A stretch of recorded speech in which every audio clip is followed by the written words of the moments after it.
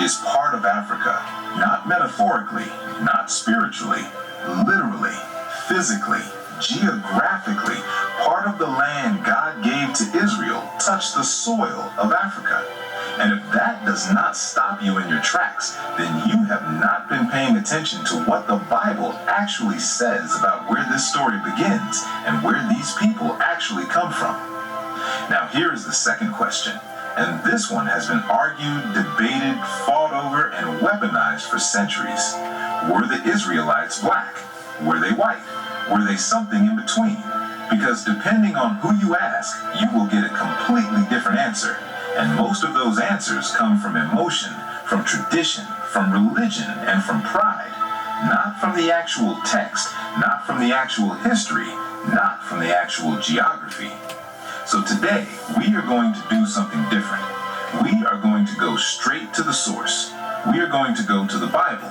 We are going to go to ancient history. We are going to go to the land itself. And we are going to let the evidence speak, without an agenda, without a denomination, and without apology. Because the truth about Israel is not black and white, and that is exactly the point. Let us start at the beginning. Not the beginning of the nation of Israel, the beginning of everything. The Bible says in Genesis that God formed man from the dust of the ground. And where was that ground? Where was the Garden of Eden? The text in Genesis chapter 2 describes 4 rivers flowing from Eden, and 2 of them are the Pishon and the Gihon. The Gihon, the Bible specifically says, compasseth the whole land of Ethiopia. Ethiopia, an African land, named in the very passage that describes the geography of creation. Man was not made in Europe. Man was not made in Asia. The rivers that watered the garden of the first human being flowed through African soil. This is not interpretation. This is the text. Genesis 2:13. And the name of the second river is Gihon. The same is it that compasseth the whole land of Ethiopia. Modern science agrees with this in its own way. The oldest human remains ever found, the oldest confirmed evidence of Homo sapiens on this earth, were discovered in Africa, in Ethiopia specifically, the land the Bible names in the Garden passage. The cradle of humanity is not a phrase invented by archaeologists to flatter Africa. It is a description of documented archaeological reality. The oldest bones, the oldest tools, the oldest evidence of fire and language and community, all of it found on African soil. So when God made man, he made him from African earth. And when God breathed life into that first human being, the ground beneath him was the ground of the continent that would later be called Africa. The first human being on this planet stood up on African soil. That is where the human story starts. And Israel is a chapter in the human story, which means Israel's roots go back to the same African ground that every human being's roots go back to. But it goes even deeper than that, much deeper. The land that God promised to Abraham, the specific territory that the Bible describes as the inheritance of Israel, was not a small, isolated patch of land surrounded by neutral territory. Look at what the Bible actually says about the boundaries. Genesis 15:18. In the same day the Lord made a covenant with Abram, saying, Unto thy seed have I given this land, from the river of Egypt unto the great river, the river Euphrates. From the river of Egypt. The border of the promised land started at the river of Egypt, the Nile Delta region, African soil. The land God gave to Israel was not entirely separate from Africa. It was connected to it. It started there. This is why Israel and Egypt are so intertwined throughout the entire Bible. This is why Abraham went to Egypt and was received there. This is why Joseph was sold into Egypt and rose to its highest office. This is why Moses was born in Egypt and raised in Pharaoh's palace. This is why the Exodus, the defining event of the entire Old Testament, was a journey out of Egypt, out of Africa, into a land whose very boundary began at the edge of that same African continent. God did not choose a random location for his people. He chose a land at the intersection of Africa, Asia, and the ancient world, a land whose roots stretched into African soil, whose history was bound to African civilization, and whose people would carry that African connection in their bloodlines, their stories, and their physical appearance for generations. This is why Israel is part of Africa, not symbolically, geographically, covenantly. The promise began at the river of Egypt. The story began in African ground, and the people who carried this story were not disconnected from the continent where humanity itself began. And now that you understand where the land was, let us talk about the people who lived on it. Here is where it gets uncomfortable for almost everyone, because the moment you ask what color the Israelites were, what they actually looked like, you walk into one of the most contested conversations in religious and historical scholarship. People on one side say they were black Africans.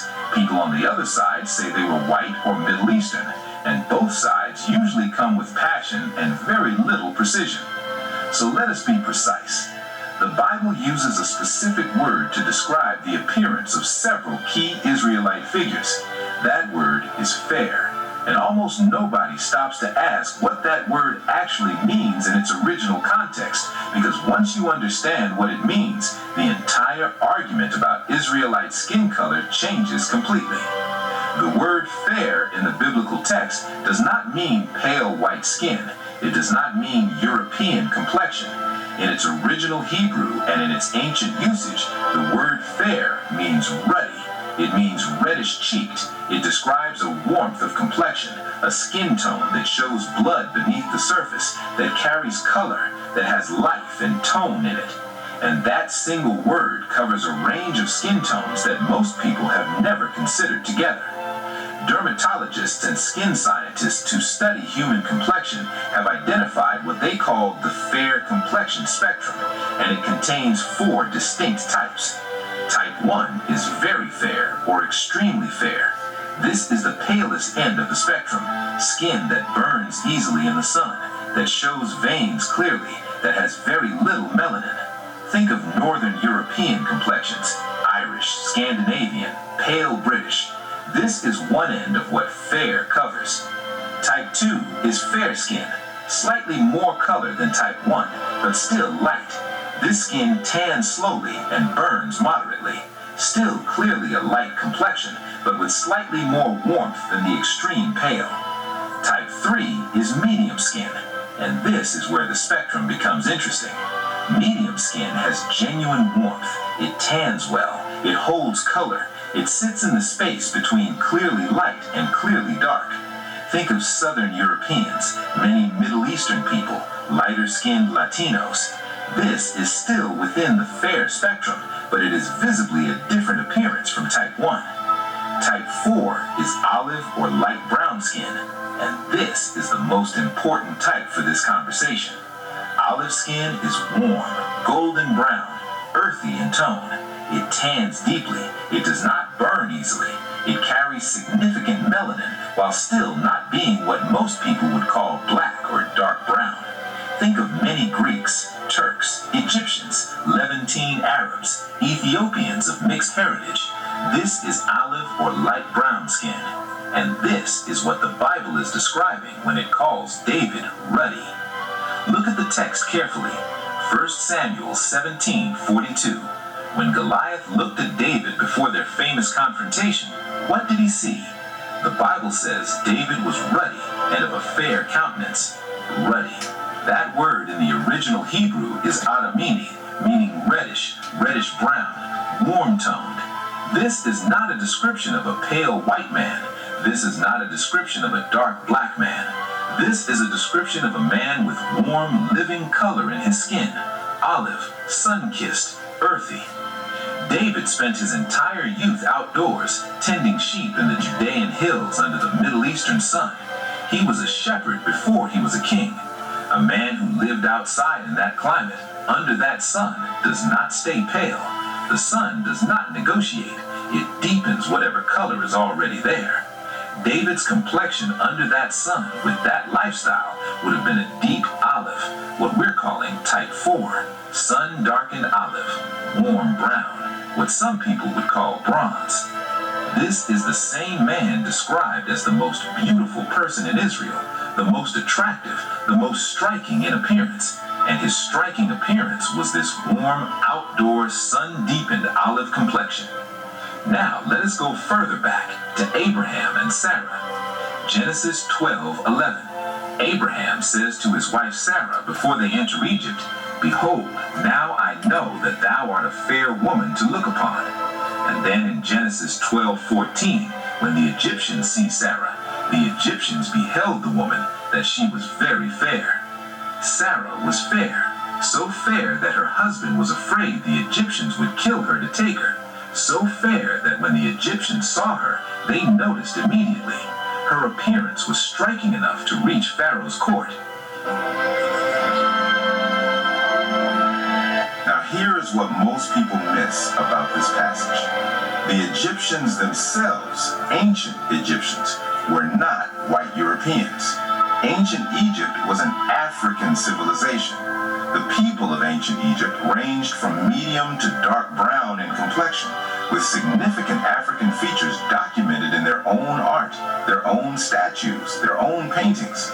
These are people who came from African stock, who lived on African soil, who were themselves people of color by any modern definition. And they looked at Sarah and said she was fair. Fair compared to what? Fair compared to the Egyptian standard, meaning Sarah's complexion was noticeably lighter or differently toned than the average Egyptian. But this does not mean she was pale white.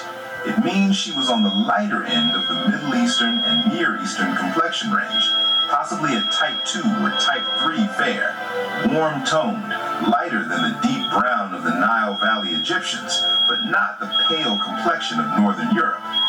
The Israelites were not one color.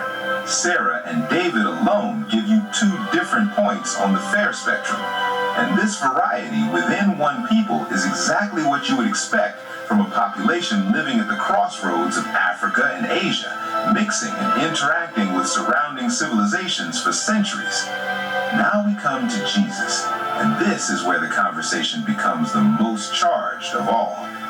Most people in the Western world grew up with images of Jesus as a pale white man with blue eyes and straight light hair.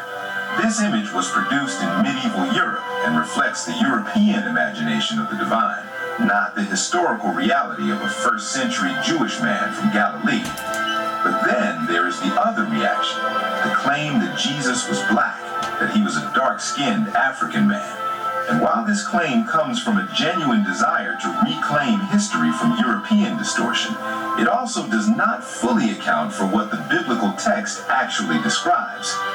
The most direct physical description of Jesus in the Bible is not found in the Gospels. It is found in the book of Revelation, a vision seen by John on the island of Patmos. In Revelation chapter 1, verses 14 and 15, John describes the glorified Christ this way. His head and his hairs were white like wool, as white as snow, and his eyes were as a flame of fire, and his feet like unto fine brass, as if they burned in a furnace. His feet like fine brass burned in a furnace. Brass, or bronze, is a warm, deep golden brown metal. When you burn brass in a furnace, it deepens, it darkens, it becomes a rich, deep, warm brown. The Greek word used here is chakolibanon, burnished bronze. This is not the color of pale white skin. This is not the color of jet black skin either. This is the color of deep, warm, sun-darkened olive skin, the deep end of the type 4 fair spectrum, bronze brown, the color of a Middle Eastern man who spent years traveling outdoors under the Palestinian sun. And his head and hair were white as wool, white as snow. White, not mixed, not gray, white, which means the figure John saw had a brilliant white head and hair alongside bronze dark feet and legs. This is a single figure described with both whiteness and deep bronze brown present, both real, both part of the same description. Jesus was not one color. The biblical description itself places him at the intersection of colors, the way Israel itself sat at the intersection of Africa and Asia, mixing and interacting with surrounding civilizations for centuries. And this makes complete sense when you understand where Israel comes from, a people at the border of Africa and Asia, carrying the genetic heritage of centuries of Middle Eastern life, interacting with Egyptians and Ethiopians and Canaanites and Babylonians. They were not going to be one uniform color. They were going to carry the full range of the fair spectrum in their community. Now let us address the Black Israel claim directly, because it deserves a direct answer, not dismissal, but precision. When people say Israel was black, what they are responding to is the erasure of non-European identity from biblical history. They are responding to centuries of European art that painted every biblical figure as a pale white Northern European. They are responding to a theological tradition that used a white Jesus to justify the oppression of dark-skinned people around the world. That response is legitimate. That anger is justified. The erasure happened. It was real, and it was deliberate, and it caused enormous damage. But the correction to a wrong image is not simply a different wrong image. The correction is accuracy. The ancient Israelites were not black in the sense of the deep brown sub-Saharan African complexion, but they were absolutely not white in the sense of Northern European pale skin either. They were a Middle Eastern Semitic people with a full range of warm, olive, brown, and ruddy complexions, rooted in African earth, living under Middle Eastern sun, and carrying within their community every shade that the fair spectrum contains. Now, when the Hebrew Bible and ancient texts describe the Israelites as ruddy and fair, they are describing people in the olive to medium range of the fair spectrum, warm-complected, sun-darkened, carrying the physical characteristics of people who lived between Africa and Asia for thousands of years. This is the color of Israel. Not one color, four colors, the fair spectrum. And within that spectrum, the darkest and most common shade among people who lived outdoors in that region under that sun would have been type 4, olive, light brown, sun-kissed bronze.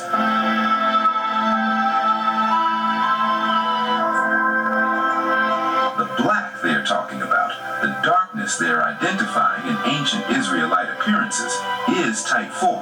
It is real, it is present, it is there, in David's ruddiness, in the bronze feet of Christ, in the olive complexion of people who lived at the edge of Africa under the Middle Eastern sun. But calling it simply black flattens the spectrum and erases the complexity of what was actually there. And here is why all of this matters. God did not place Israel at the crossroads of Africa and Asia by accident. He did not begin the covenant at the river of Egypt by coincidence. He did not form the first human being from African soil without intention. The geography of the Bible and the physical appearance of the Bible's central people are connected to a single truth, that this story belongs to the whole of humanity, not to one race, not to one complexion, not to one cultural tradition. When you make Israel exclusively white, you cut it off from its African roots, from its Middle Eastern reality, from the actual soil and sun that shaped its people. When you make Israel exclusively black, you flatten the complexity of a people who were genuinely mixed, carrying every shade of the fair spectrum across their tribes and families and centuries. The truth is harder than either extreme, and it is more beautiful. Israel was a mixed people, fair in the ancient sense, ruddy, warm, olive, bronze, sun-deepened, rooted in African earth, living under Middle Eastern sun, and carrying the complexion of a people at the meeting point of two continents, neither purely European nor purely sub-Saharan African, but genuinely, historically, biologically in between. And that in between is not a compromise, it is the truth. Sarah was fair, lighter, noticed by African Egyptians for her complexion. David was ruddy, warm, olive, type 4, sun-darkened. Jesus was described with white hair and bronze feet, both ends of the spectrum present in a single figure, and the land they all walked on began at the river of Egypt, at the edge of Africa, where the human story itself began. This is not the Israel of European paintings. This is not the Israel of hotly contested YouTube videos either. This is the Israel of the actual text, the actual land, the actual history. A people born at the intersection of the oldest continent on earth and the most contested piece of land in human history, carrying in their faces and their complexions and their bloodlines the evidence of exactly where they came from and exactly who they were. Mixed, fair, olive, ruddy, bronze, every shade of warm humanity present in one people. And that people's story started in African ground, was shaped by African civilization, was promised a land whose border began in Africa, and was led by a God who formed the very first human being from African soil. If you understand that, if you really understand that, then the question of whether Israel was black or white stops being interesting, because the real answer is that Israel was human, ancient human, the kind of human that was formed when the world was still young, and the continent that cradled all of us was the only stage on which the story was being told. Remember that. If this moved something in you, if this made you see something you have never seen before, then you already know what to do. Subscribe to this channel, because this is what we do here. We go to the source, we go to the text, we go to the land and the history and the actual evidence. We do not tell you what you want to hear. We tell you what is true, and we do it without apology and without agenda. Hit the subscribe button. Share this with someone who needs to stop arguing and start reading, because the truth about Israel, where they lived, what they looked like, where their story really begins, is bigger and more powerful than any single claim from any single camp.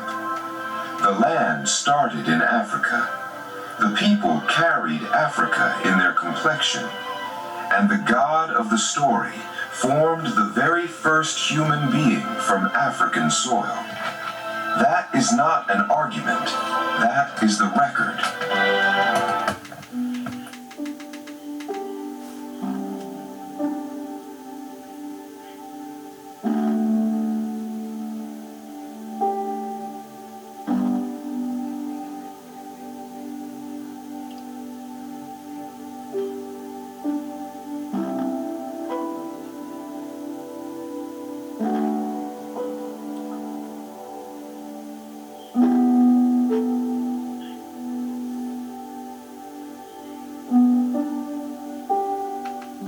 Isaiah 53.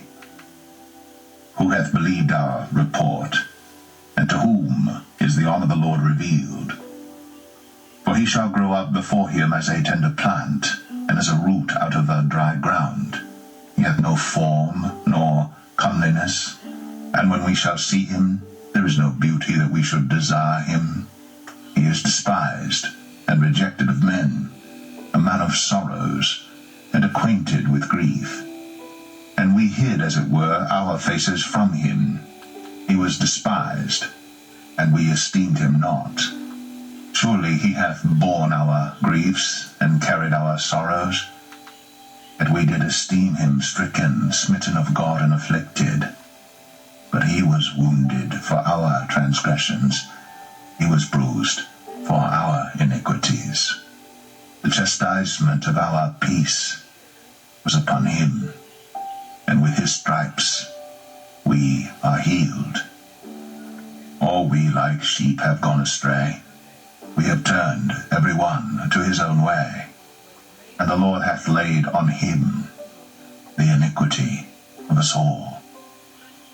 He was oppressed, and he was afflicted, yet he opened not his mouth. He is brought as a lamb to the slaughter, and as a sheep before her shearers is dumb, so he openeth not his mouth. He was taken from prison and from judgment. And who shall declare his generation? For he was cut off out of the land of the living. For the transgression of my people was he stricken. And he made his grave with the wicked, and with the rich in his death, because he had done no violence, neither was any deceit in his mouth. It had pleased the Lord to bruise him. He hath put him to grief. And thou shalt make his soul an offering for sin. He shall see his seed. He shall prolong his days, and the pleasure of the Lord shall prosper in his hand. He shall see of the travail of his soul, and shall be satisfied. By his knowledge shall my righteous servant justify many, for he shall bear their iniquities. Therefore will I divide him a portion with the great. He shall divide the spoil with the strong, because he hath poured out his soul unto death, and he was numbered with the transgressors. And he bare the sin of many, and made intercession for the transgressors.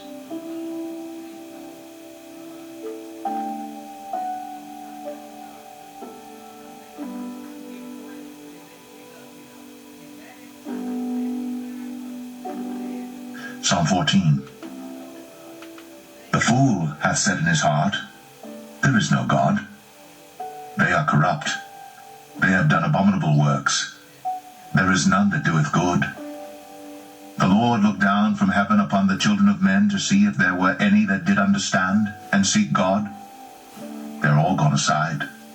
They are all together become filthy. There is none that doeth good, no, not one. Have all the workers of iniquity no knowledge, who eat up my people as they eat bread and call not upon the Lord? There were they in great fear, for God is in the generation of the righteous. Ye have shamed the counsel of the poor, because the Lord is his refuge. Oh, that the salvation of Israel were come out of Zion. When the Lord bringeth back the captivity of his people, Jacob shall rejoice, and Israel shall be glad.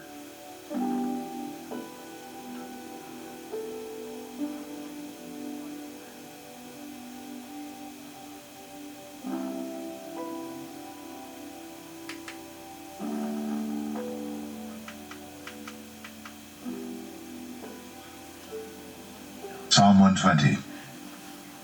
In my distress, I cried unto the Lord, and he heard me.